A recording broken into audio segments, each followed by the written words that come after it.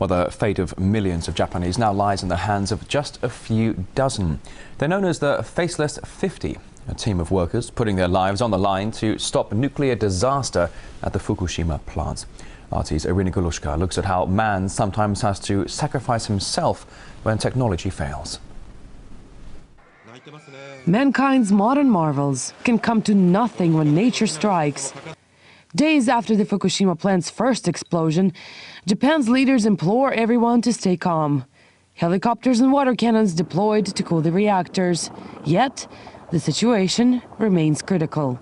The Japanese government had insisted that only a 10-kilometer radius was necessary for evacuation. This was the status quo when the earthquake hit.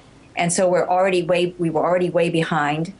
They are so late in evacuating and issuing evacuation orders.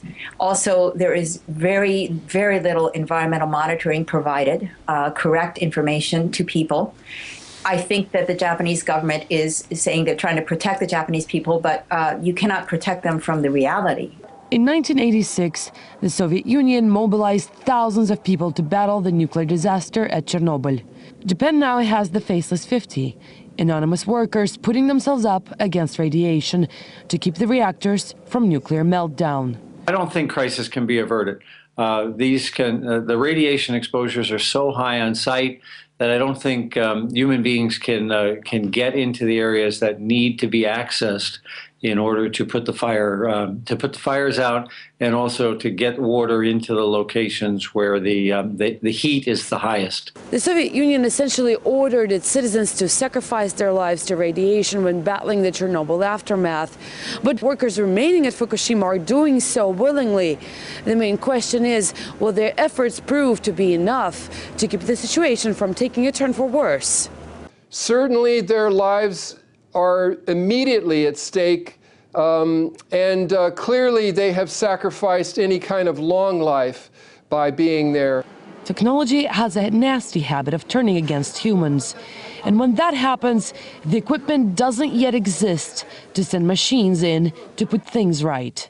In the end, it takes human risk and sacrifice to prevent a technological tragedy from becoming a large-scale catastrophe.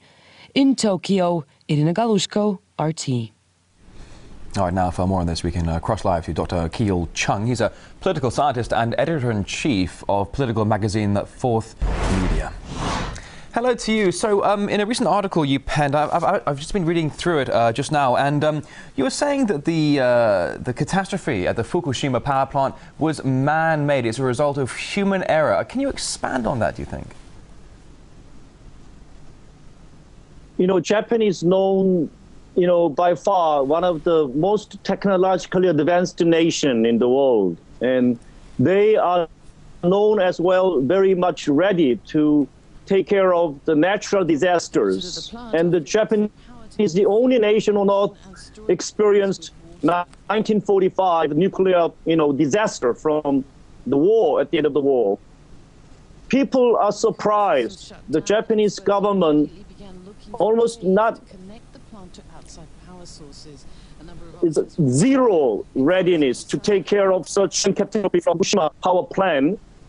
People challenge the Japanese government, the secrecy, particularly in regards to nuclear power plant. Well, Dr. Chung, let's talk about this so-called secrecy that you refer to, because in your article you make a reference to another story in the New York Times that says the warnings were stark and issued repeatedly as far back as 1972 about the cooling systems at these GE, General Electric-made nuclear power plants. So we're saying that the warnings were there for the cooling systems if they ever failed, going back to all the way back to 1972. So is there a level of secrecy here? Why has this been just put to the side, ignored?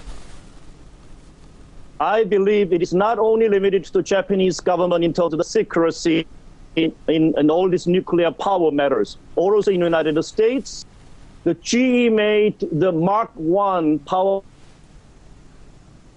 plant known Mark I 1946 made known it's cheaper and smaller each to build, and for that reason the businesses prefer to use this GE made power plant. But the GE power plant it's not really powerful enough to endure, such as the tsunami or earthquake or some outside damage. Okay, so the nuclear power plants are not built to endure, as you say, an earthquake or tsunami damage.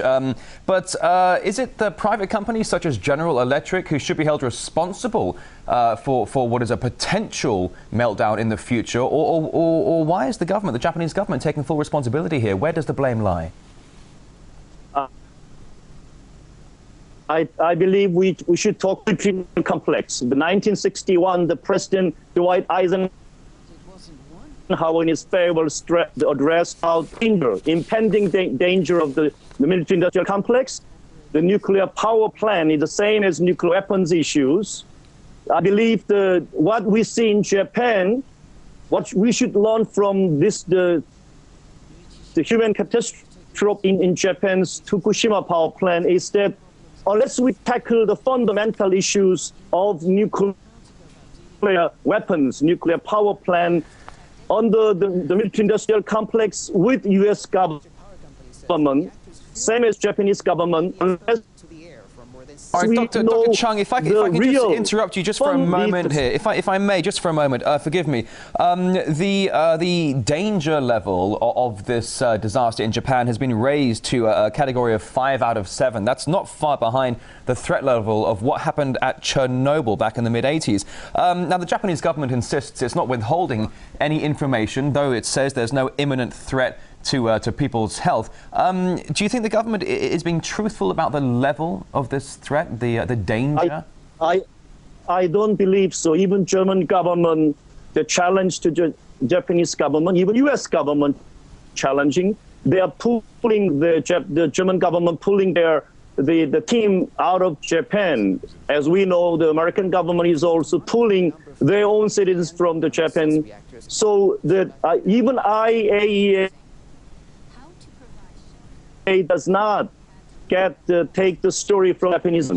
We do not know what's really going on at the moment at the Fukushima power plant situation. I believe the Japanese government must come forward, let Takeda says that the world body knows about what's going on, so that international body and the nations around Russia can help the situation, so that the worst scenario, the nuclear disaster, can be prevented from further taking place in the region here. All right, Dr. Ki-yeol Chung, live for us from Beijing there. Thank you for your insight. Thank you. Thank you.